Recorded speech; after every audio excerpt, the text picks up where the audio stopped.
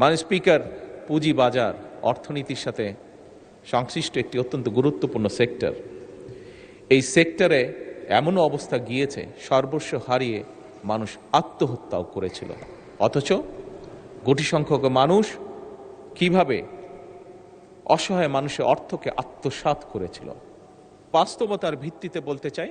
এবং তার জন্য সর্বোপরি আমি প্রথমেই আল্লাহ রব্বুল আলমিনের দরবারে শুকরিয়া আদায় করতে চাই যে এই শুল্ক প্রত্যাহার করার ফলে আমরা অতীতে খেয়াল করেছি যে বাজেট উপস্থাপনের আগে এবং বাজেট উপস্থাপনের পরে আগে পরে দুদিকতেই অনেক নিত্য প্রয়োজনীয় জিনিসের দাম হঠাৎ করে কোনো কারণ ছাড়া বেড়ে যেত। তবে আলহামদুলিল্লাহ, আল্লাহর রহমতে এবছর আমরা সেরকম কোনো দৃশ্য দেখিনি।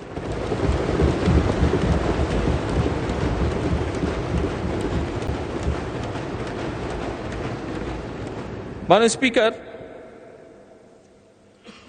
একটি রাজনৈতিক দল হিসেবে, একটি রাজনৈতিক সরকার হিসাবে আমরা মনে করি আমাদের জনগণের প্রতি যে দায়িত্ব তার একটু হলেও আমরা হয়তো পূরণ করতে সক্ষম হয়েছি, কিছুটা হলেও আমরা জনগণকে রিলিফ দিতে পেরেছি।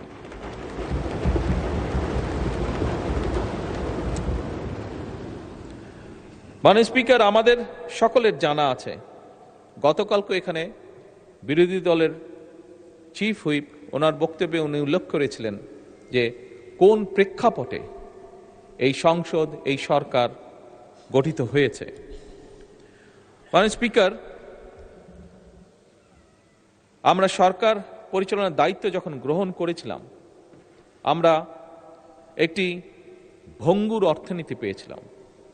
তার ভিতরে দুর্নীতি, লুটপাট, অব্যবস্থাপনা এবং স্বার্থ সংশ্লিষ্ট বা ভুল নীতির কারণে দেশের অর্থনৈতিক খাত বলা যায় সম্পূর্ণভাবে ধ্বংসস্তূপ হয়ে গিয়েছিল, ধ্বংসপ্রাপ্ত হয়ে গিয়েছিল। এর বাইরে তো যেই কথাটি মাননীয় বিরোধী দলের নেতাও বলেছেন, হাজার হাজার কোটি টাকা পাচার হয়েছিল, জাতীয় আন্তর্জাতিকভাবেও যেটি স্বীকৃত। মাননীয় স্পিকার, দেশের উৎপাদন এবং বিনিয়োগ প্রায় স্থবির হয়ে পড়েছিল। ইনফ্লেশন বা মূল্যস্ফীতি কি অবস্থায় পৌঁছে গিয়েছিল আজ থেকে 2-2.5 বছর আগে, সেটি বোধহয় আমরা সকলেই হাড়ে হাড়ে টের পেয়েছিলাম। মাননীয় স্পিকার, পুঁজি বাজার অর্থনীতির সাথে সংশ্লিষ্ট একটি অত্যন্ত গুরুত্বপূর্ণ সেক্টর।